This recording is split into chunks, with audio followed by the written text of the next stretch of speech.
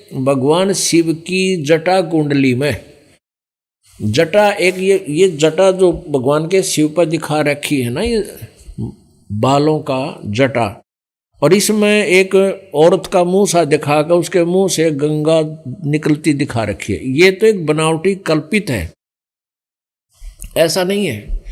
भगवान शिव के लोक में एक जटा कुंडली, एक डैम है, बहुत बड़ा सरोवर, बहुत बड़ा।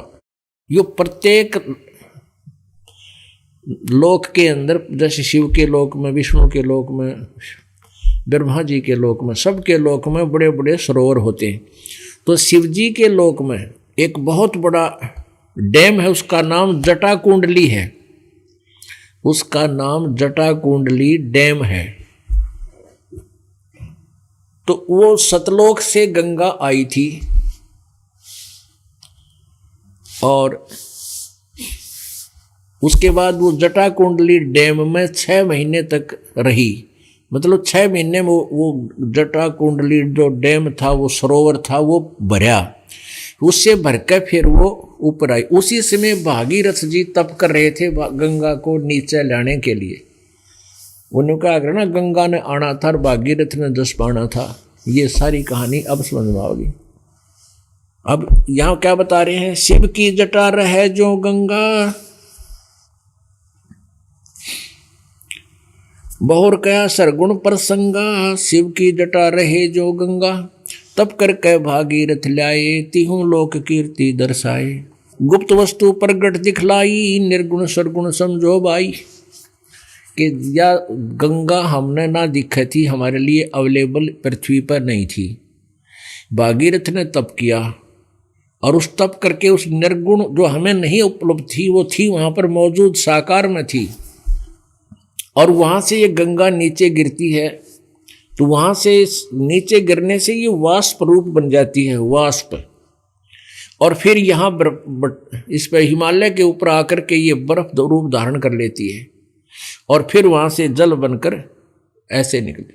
तो बीच से ये आती नज़र नहीं आती आम व्यक्ति को, ये दिव्य दृष्टि से देखी जाती है। और ये गंगा सतलोक से आई है, काल के लोक का ये अमृत नहीं है।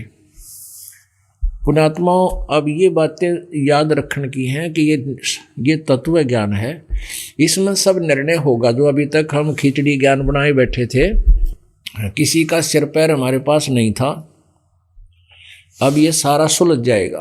तो एक सैंपल है ये गंगा उस सतलोक से आई हुई। इसके गंगा के जल को कितने दिन रख दो खराब नहीं होता, क्यों? ये कहाँ से आएगी? इस पृथ्वी पर ही चल रहा है, तो ये कहाँ से आई? हमारी बुद्धि यहाँ तक थी, शिव जी की जटा में तो निकली, फू जो खा रखी नो एक औरत, अरे फूटे भाग मारे। भगवान शिव जी का एक डैम है और वो सतलोक से जब आई तो 6 महीना में वह भरी थी। वो भर के फिर ओवरफ्लो होना शुरू हो गया। उसी समय भागीरथ तप कर रहा था पहले से ही। तो जब ये ऊपर तक पड़न लगी फालतू होगा, जो भगवान शिव ने कह दी तथास्तु, ले भाई गंगा आ जाएगी। तो ये तो चलती का टोर मारनी है, चलती का टोर मारने वाले। तो ये सतलोक से आई थी फिर शिव के धाम में, शिव के धाम को डैम भर गया 6 महीना, फिर आगे चल पड़ी। अब वो पीछे से चल ही रही है और वो वहाँ से ओवरफ्लो भी हो ही रहा है। और यहाँ अब ये इस प्रकार ये गंगा आपको उपलब्ध है। लेकिन इस गंगा के पानी से मोक्ष नहीं है। तो ऐसे ऐसे अमृत पदार्थ हैं सतलोक के अंदर, ये सैंपल है वहाँ का।